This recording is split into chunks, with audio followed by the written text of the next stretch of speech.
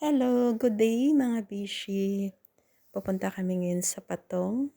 Andito kami sa Thailand, Phuket. So, ang makakasama ko ay makasama ko rin sa St. Petersburg. So, ito yung Patong Beach. Wala lang sound kasi nga may sound. So, baka makapiright tayo. So, ito yung isa sa pinaka-tourist spot ng Patong. Ano siya? Maganda pumunta dito sa gabi from 8 hanggang magdamag. Ang pinaka-highlights nila dito ay yung bars. Kasi marami kang mapupuntahan. Tsaka may mga Pilipina ding magagaling kumanta, ma-entertain ka talaga. Yun. At pwede kang bumili ng mga souvenirs. Aming pwede mong puntahan na mga restaurant kung saan kayo gusto mag-happy-happy.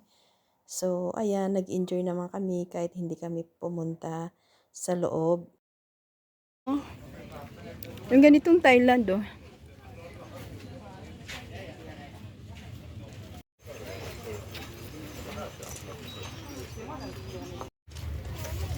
Para kay tatay. 250.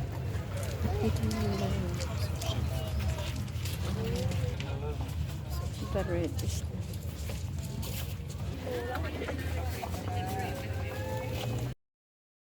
So, ginawa namin dyan, naglalakad-lakad. Naghahanap kami ng makakain.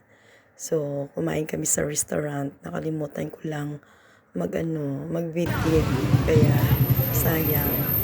So, ang dami mga foreigner. Mostly talaga is mga Asian.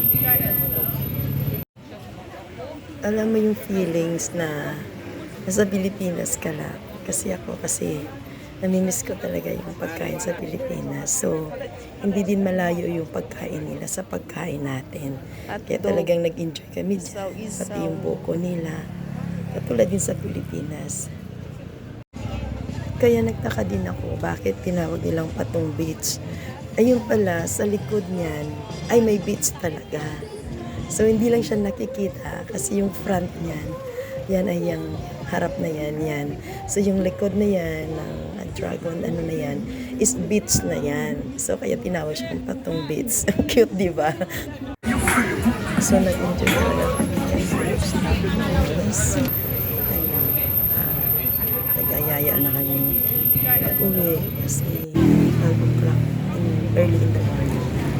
So, kailangan namin wala na kami masakayang bus kasi 12 lang. So, ginawa namin taxi na lang kasi wala na kami masakyan. Enjoy kami, sila Lori, si Eileen, si So,